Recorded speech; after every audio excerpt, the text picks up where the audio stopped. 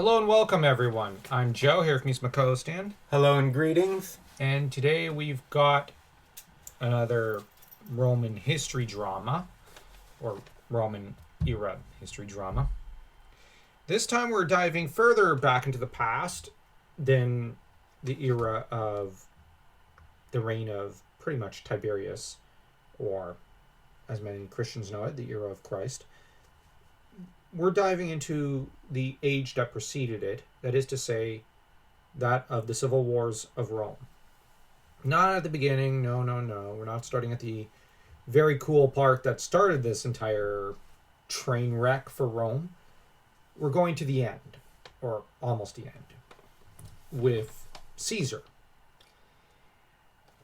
Now, we're going to pick at all the mistakes that I could think of off the top of my head without doing almost any research, because we're going to do a deeper dive at some point down the road, scene by scene, and dissect every mistake made and every accurate thing made down the road when things are a bit more settled and we can take the time to deep dive that hardcore into the history, because it's very fascinating history. Now, in the opening, they have a narration explaining the era a little, which this is important. And they say it's been 400 years since the last king of Rome was driven out. Actually, technically, it'd be closer to around 400 and almost 60 years. So, no, it's not been 400 years. This is a very important point.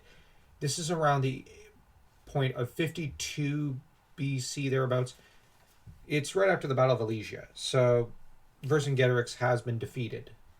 Alors, pour cette raison, yeah, it's around 53, 52. Not 100 or so, which would be 400 years after the last king was driven out.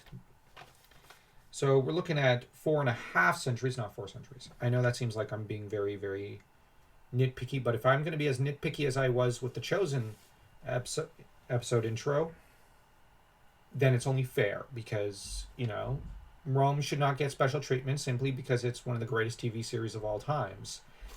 One thing I do appreciate about this over The Chosen is the opening narration where they're telling us the setting. Yeah, that would have been nice I was thinking just that. It's like The Chosen, when it started, I didn't know who was who. Yeah.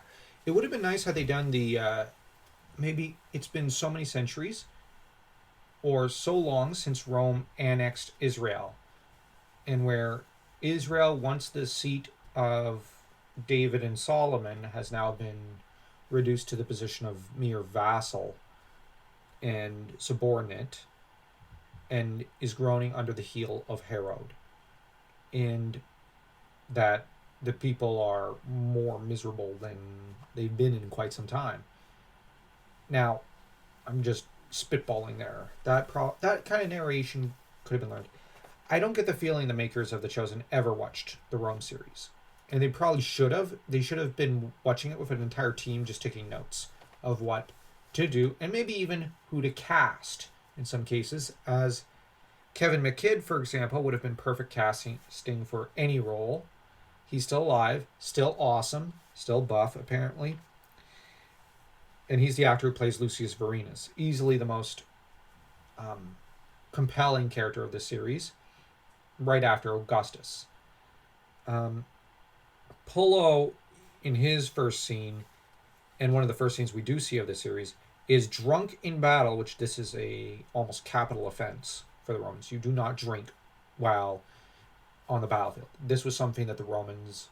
You can't have someone breaking formation after having gotten drunk right when you need them the most, because it's not that it's only Pullo's life in danger. It's that the entire legion, the entire platoon, so to speak, or cohort, I should say, cohort, because there's so many men in a century, which is to say a century being I think 100 soldiers thereabouts. So I think that's how it works. It's been a while since I did that reading. Don't worry, we're going to be coming up with a History of Rome podcast soon where we'll get all these details right. And we'll also be detailing the entirety of the history of Rome, at least according to Pliny, and then we'll move from one primary source to the next. Because why not?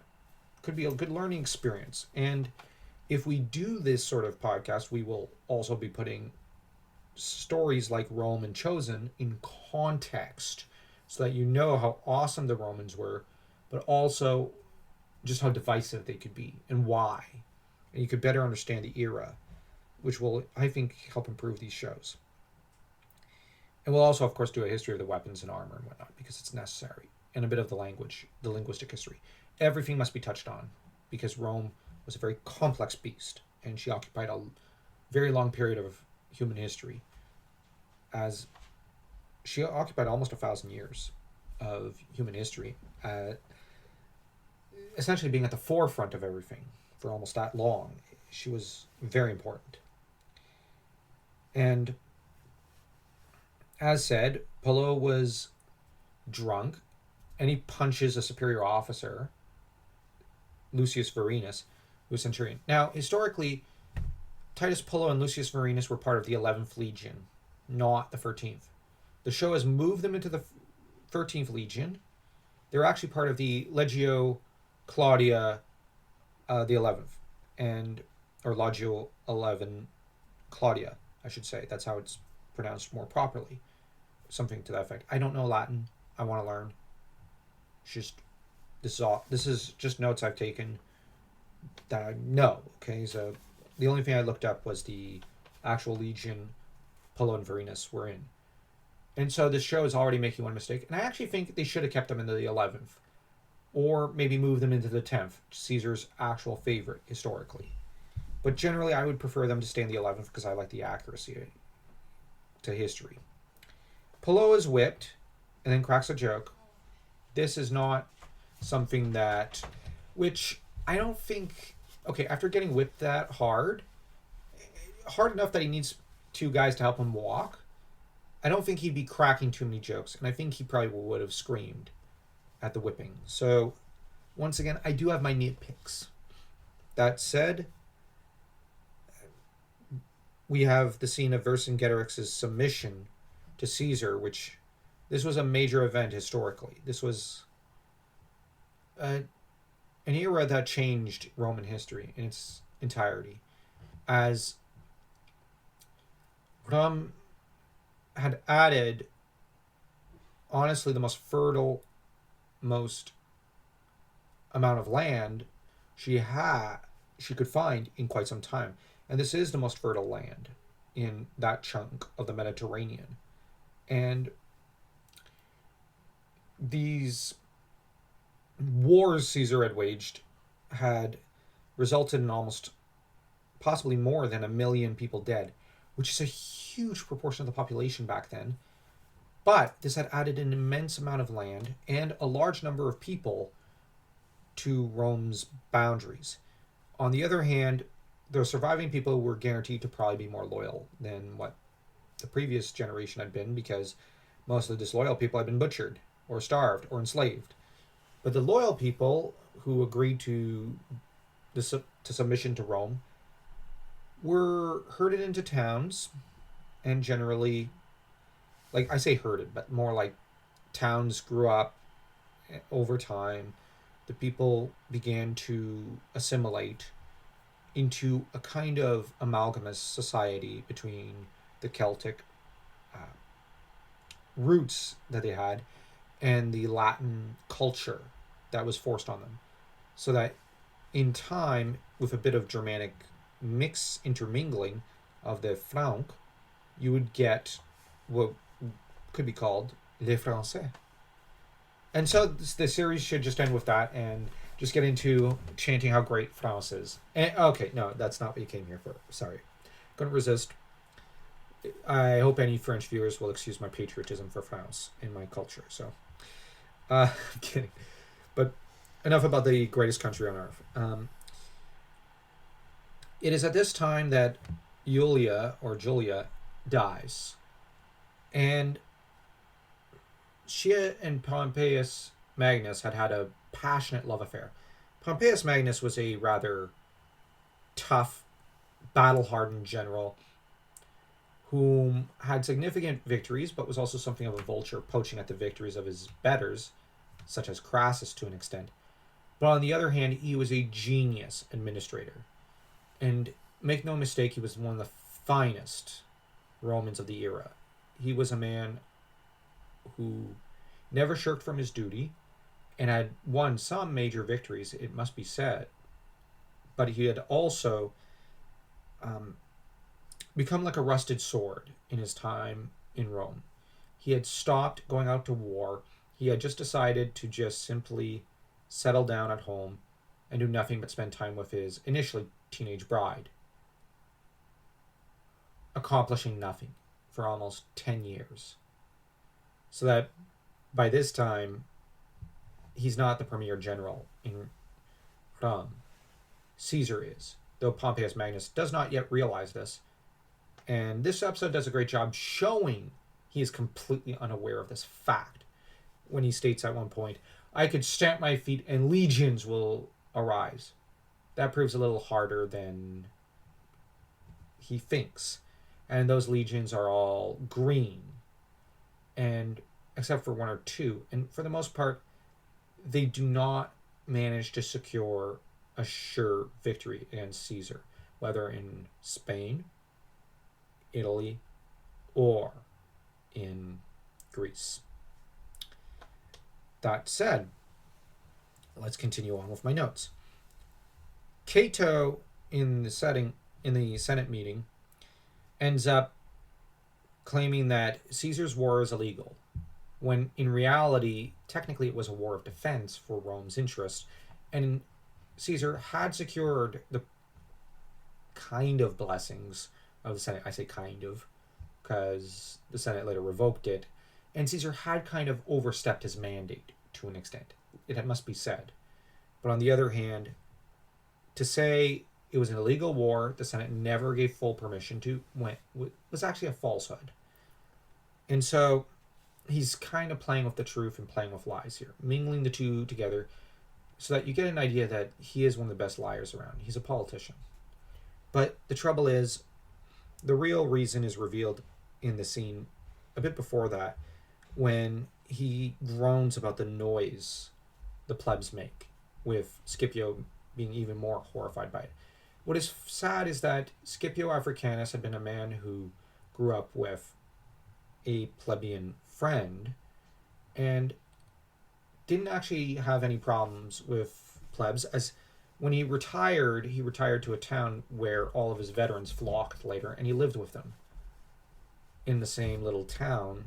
And the Scipio family had the popular touch, loving those who followed them and whatnot. Whereas this Scipio was never really much of a general and lacked any and all political kind of intelligence. And Cato and him reveal what was true back then and what is true today. The truth of the matter is that the nobility care little for peasants. They actually hate them. And this is a historic truance that's always been true. Now, there's always one member of the flock, so to speak, of the nobility, who always end up deciding to be contrarian. They're the bikers, I guess, or the heavy metal guys, the metalheads of the nobility, and they see that they either love their nation or they just simply see that they have more to gain by siding with their plebs and their nation's plebs, I mean. So, you get this today. And Caesar is the guy who's going with populism. Populism by itself was a good thing under the Gracchi brothers, but it had become kind of twisted under their successors who used it as a political tool. But on the other hand, these men were able to see that they gained most by supporting their people and helping them. And they actually kept their promises.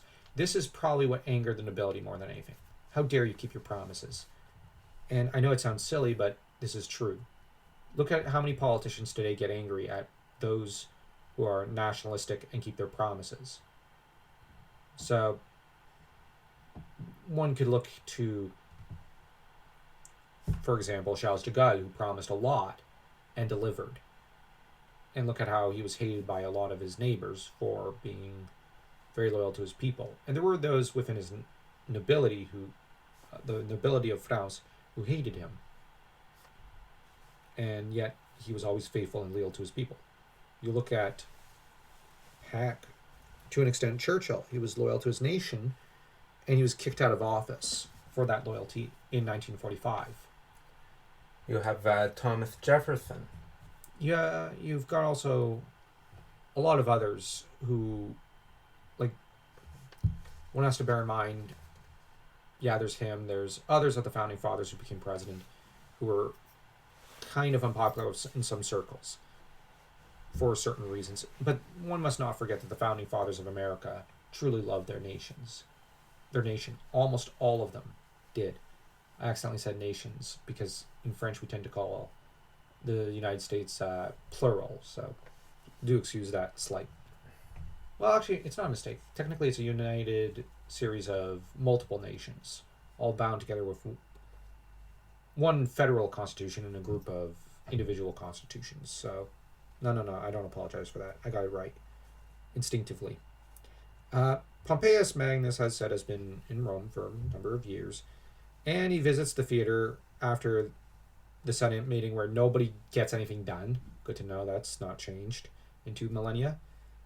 And, of course, the actors and actresses on set are utterly shameful and putting on a weird show and are showing very few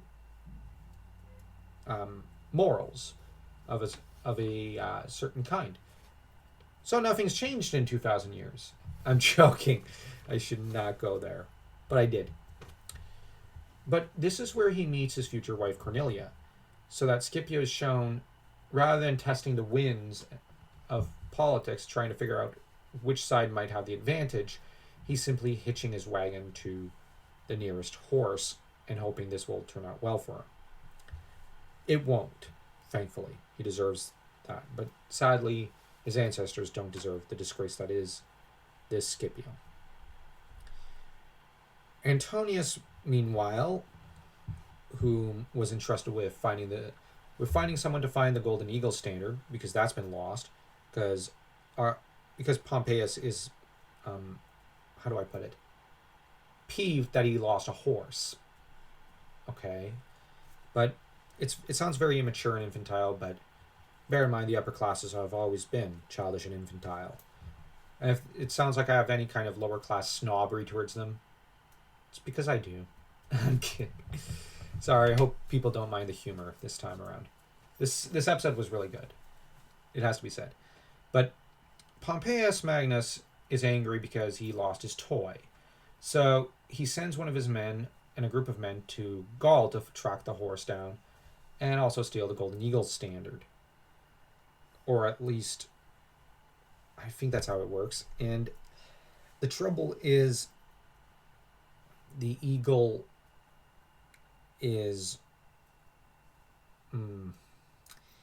I think in history this was lost, and it was found kind of by a fluke, and that Caesar was incredibly fortunate in that regard. And the loss of an eagle standard in ancient Rome was a big deal. Look at what happened after Crassus passed. The Romans were utterly filled with shame. So that when Augustus, after basically convincing the Parthians to give it back to him through diplomacy, this was treated like on the same level as a major military accomplishment. And with good reason. These are symbols of the glory of Rome. And Antonius, though, ends up tasking Lucius Varenus to find it. Varenus is given a quarter talent of gold, with Antonius keeping the rest of the talent for himself. Obviously, it goes to his gambling debts and whatnot. So, as he was never able to quite stay on his feet economically and financially. Antonius, I mean. Money was always a problem for him. He was never very good at keeping it in his pocket. This often annoyed even Caesar. although Caesar often doted on him.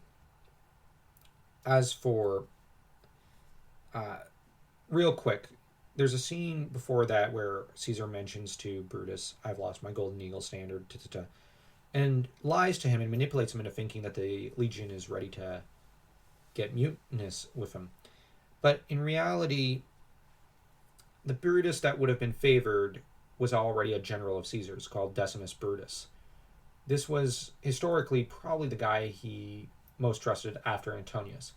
And Decimus Brutus was to be, alongside Cassius, the leader of the assassins against Caesar. So the whole thing of Marcus Junius Brutus, I believe it is, him being as close to Caesar as he was, is more Shakespeare. He was close, but not as close as Decimus. Decimus was the real traitor. But Decimus himself was quite the brutish warrior and a very successful general under Julius Caesar. As to Varenus, he selects Pullo because Pullo's already disgraced, so why not pick someone disgraced for a fool's errand? Also, Varenus' rank in the show is second spear centurion, which is quite a good rank. It's mentioned that Varenus' mother was from Mutina, and so were her family. So that her father and brothers, I'm guessing they were brothers, raised horses there. And this is why Varenus is such a good horse rider, and why he at least has some money behind him. So, not much, but some. He's obviously something approaching middle class, whereas Pullo is very much working class. That aside, we also get, for the rest of the episode, most of the action or interesting stuff happening is about Varenus and Pullo. We get a lot of character focus here. And honestly, I'm actually not going to criticize that about Chosen. Remember, we praised the bar scene between Mary and the bartender, and we praised the scene with Pia and Andrew. These character moments were actually very good. I really like the boat scene with Pia where he takes his boat out to sea. I really like that scene because there was character setting and you got to see a beautiful side of the sea. So while I do have my criticism, especially one particular criticism towards that show's first episode, it must be borne in mind that there were some good scenes, and if I was frustrated there, it was over the major inaccuracy and over the fact that, let us be honest, there is some talent behind that team. They just need to access that talent. Because some of the writing and some of the dialogue is pretty good in Chosen, but nothing on par with Rome. And when you see the kind of budget they have and what kind of obvious talent they have for costuming, you want them to be able to showcase the same writing and talent in the writing, and also not to perpetuate historic myths that was obvious slander. Anyways, this show kind of does something similar, and we'll get to that at the end of the episode review. The conversation about women between Varenus and Pullo is very fascinating. Pullo's a reprobate and someone who really likes to taste a lot of women, so to speak. Varenus is a strictly monogamous man. And at this time, the traditional morals of Rome, we don't know whether or not how far they had fallen. I don't think they fell as far as what this show is perpetuating and pretending. Although that said, Atia, for example, was a woman who had fallen from quite a bit in terms of morality, as she married one man, then another, then married that man's stepson. She was not a particularly good woman. And she was we know for a fact she was not a good mother. But in turn, though, the scenes with her are very much fiction, and the conversation between Varenus and Pullo is very fascinating, as it reflects two very different attitudes about women. Varenus very much holds his wife up on a standard here. And Pullo doesn't understand why you would even care about women. Well, you could care about them in a certain physical way, but you can't care about them otherwise. So here, Varenus is already teaching him a lesson, and I really like the scene because you have Varenus who asks him, "Pullo, when was the last time you had a woman who wasn't screaming or asking for payment?" And you could see that Pullo's just thinking there for a minute, then starting to think even longer on it, and you can see a flash of almost sorrow in his eyes as he's realizing that he's never had the great joy of having a woman who gave herself freely to him, fully and willingly and lovingly. So that Pullo is very much a man with a hole in his heart. And Varenus wasn't trying to be insulting towards him, but trying to counsel him and give him wisdom, which he did with very few words, which this is such a great scene. And Pullo, starts thinking on it. And Pullo then screws up when they wake up in the morning to find their horses missing, when it was Pullo's job to keep watch, at least until the moon was at its zenith, at which point he would have to wake up Varenus. He didn't do any of this. Instead, he decided to fall asleep lazily. So that for his sloth, he feels guilty. And one gets the sense that in the next episode, he's at least trying to atone for this grave error in his judgment, because he did dishonor himself another time when Varenus has shown him, ironically, quite a bit of kindness, despite the fact that the two nearly came to blows earlier. And I'm not referring to the battle scene, I'm referring to when they were horse riding, when they had a macho testosterone psychological battle. Now, as they're walking, Varenus curses and mentions that his father had ridden with Sulla, which is quite impressive considering Sulla was quite the general, and that he had ancestors who fought at Zama, which, think of this as someone bragging today about, well, my dad fought, or my granddad fought at D-Day, and before that I had ancestors who fought at the Somme and conquered the Somme, and before that I have ancestors who fought at Waterloo against Napoleon. Naturally, we'd probably react with an incredible amount of awe and respect for such a figure, going, wow, that's quite the family tradition. Well, Zama was basically Waterloo and D-Day put together and put on steroids. It was such a monumental clash. It decided the fate of essentially the next 2,000 years. So this is a very important battle, and Romans at the time knew it was important because it was the battle for the Republic.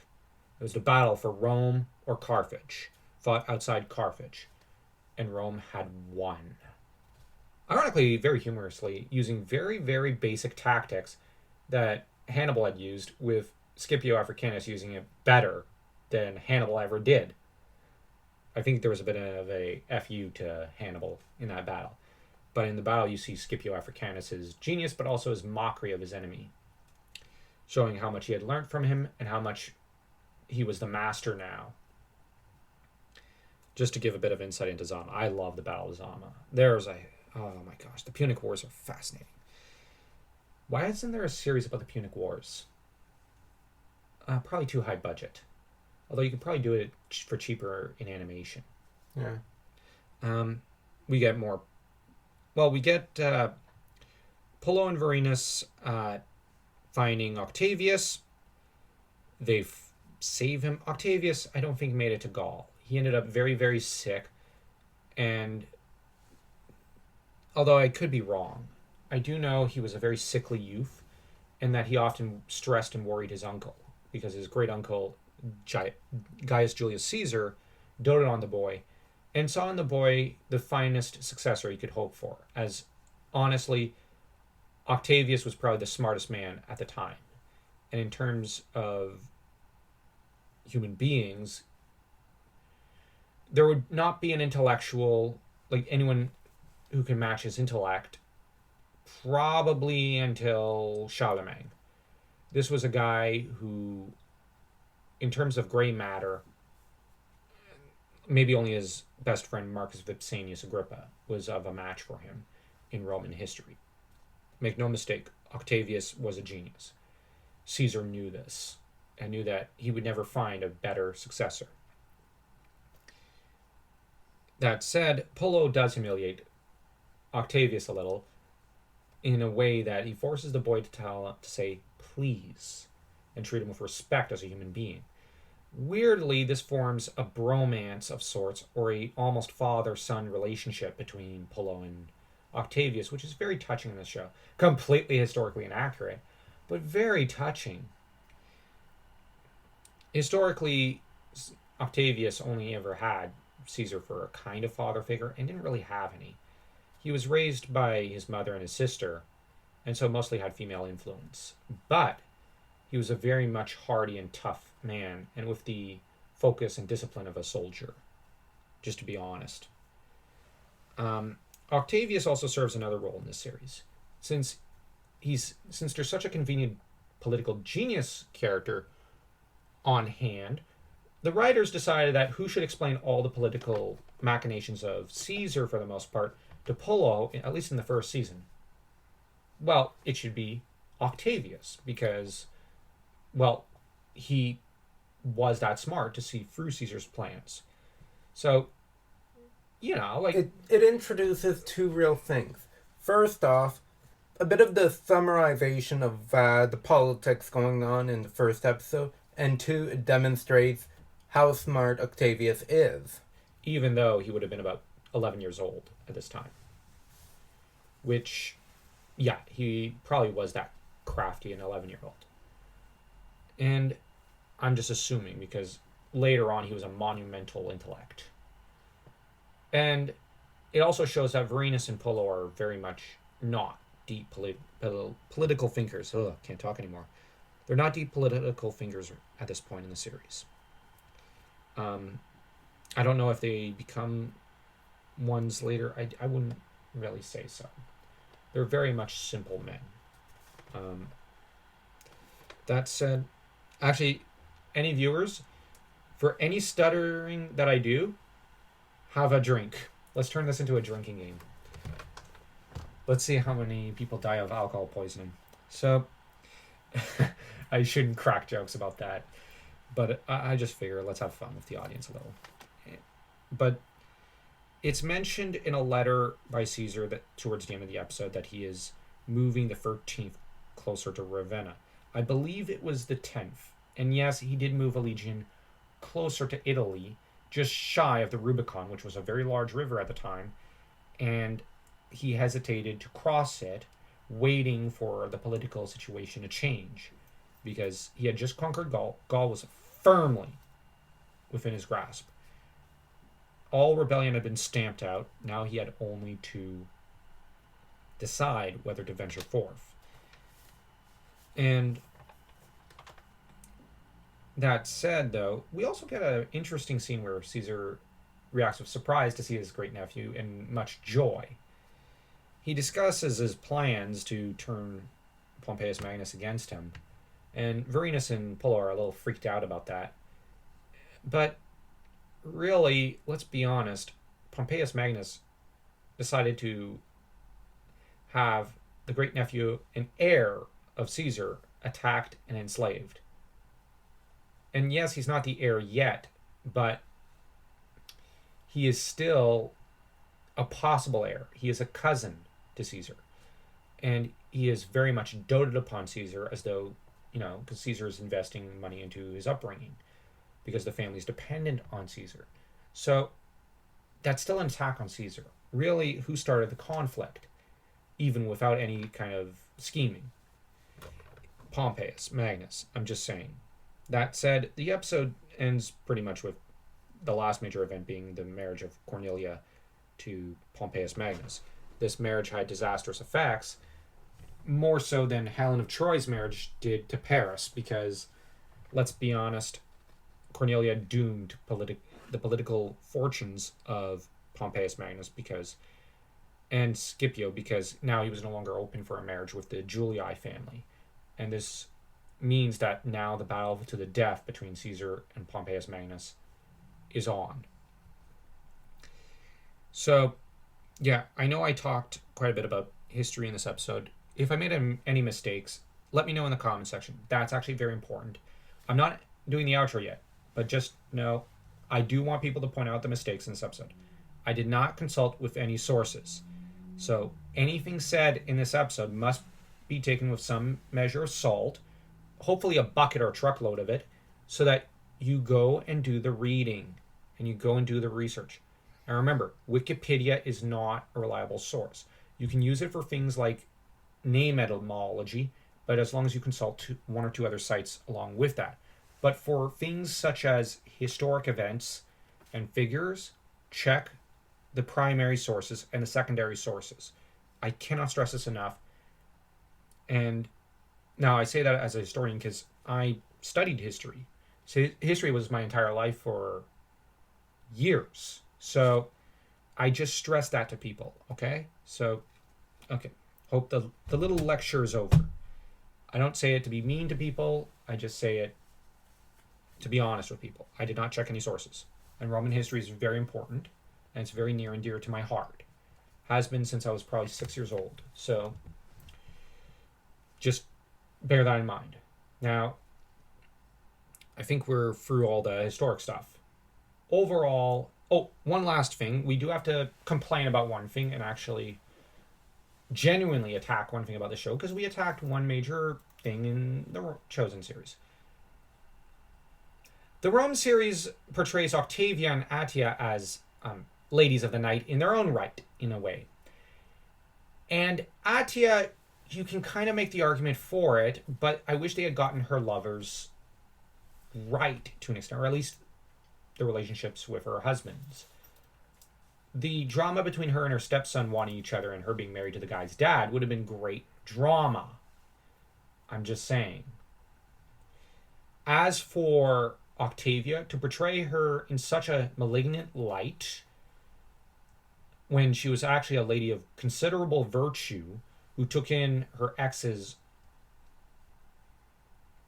other children with other women and raising them apparently, possibly lovingly, and being a woman who spilled love after love upon every child that came under her roof, and we know from the sources was a woman of monumental feminine virtue, is just monstrous. You can't portray a woman like this in such a heinous light. They turn her into a drug addict and into a drunkard at various points, I think, and they just generally portray her as loose. This was not the truth. I wish they had stuck with the actual historic Octavia, so that we could see the virtuous woman she was, and see how much others harmed her, but also so that we have at least one female character who, I'm not counting Niobe and Irene, I really like them, but a woman of the nobility who's truly genuine and kind and good, rather like Calpurnia is portrayed in this show. Calpurnia is well portrayed here. Like, got no complaints about her. So, yeah, that I will admit does lower my rating. It has to be fair. So let's actually, before I get to asking you if you want to rate it, any last comments? I actually, even with the historical inaccuracies, which are played up for drama, there's a part of it that does mesh well with the historical records. Yeah. Yeah, for drama, but they're a lot more accurate than. Okay, Chosen was very accurate, I find, with everything except for the detail about the female character. Funny how both shows don't just let the ball drop on women of nobility. And it's a pity because they're generally good actresses. Yeah.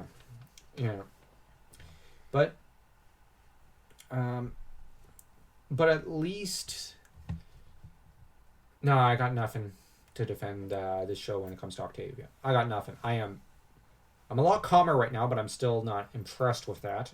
It's not a good thing. So let's rate this episode.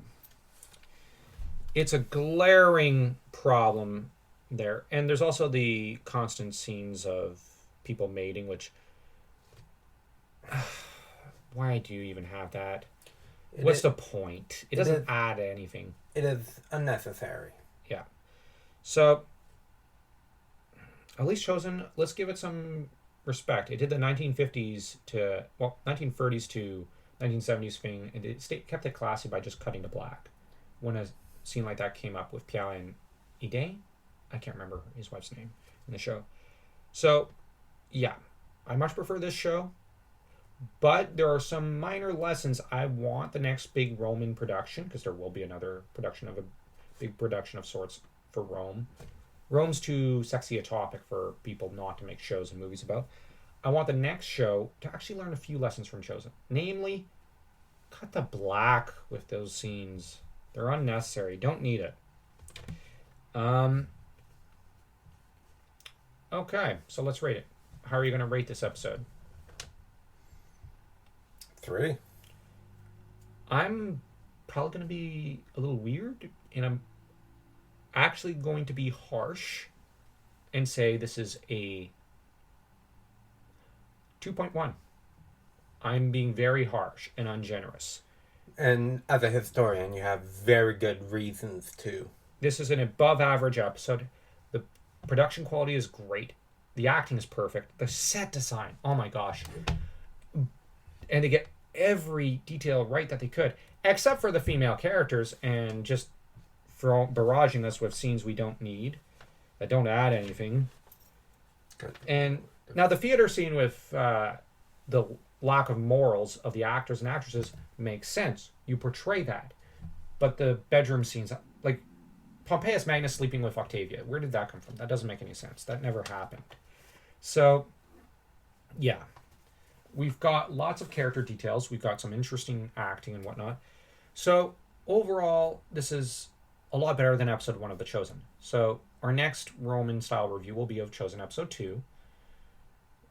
And then we're going to probably just go between these two. Like, one episode of Rome, one episode of Chosen, just so that people can compare and contrast the quality of writing and whatnot. Now, I have seen, I think, 2 major scenes of Chosen, which were really well produced. I'm just going to fly out of the gate with that one, because the scene of Jesus walking on the water was... I've never seen a production like that, of that sort of thing. So I do have to give The Chosen that much. Like, I was angry at that first episode for a good reason. This episode, I'm still steamed, but because I saw this series 10 years ago for the first time, the anger has kind of maybe not receded, but calmed down. Although, watching this,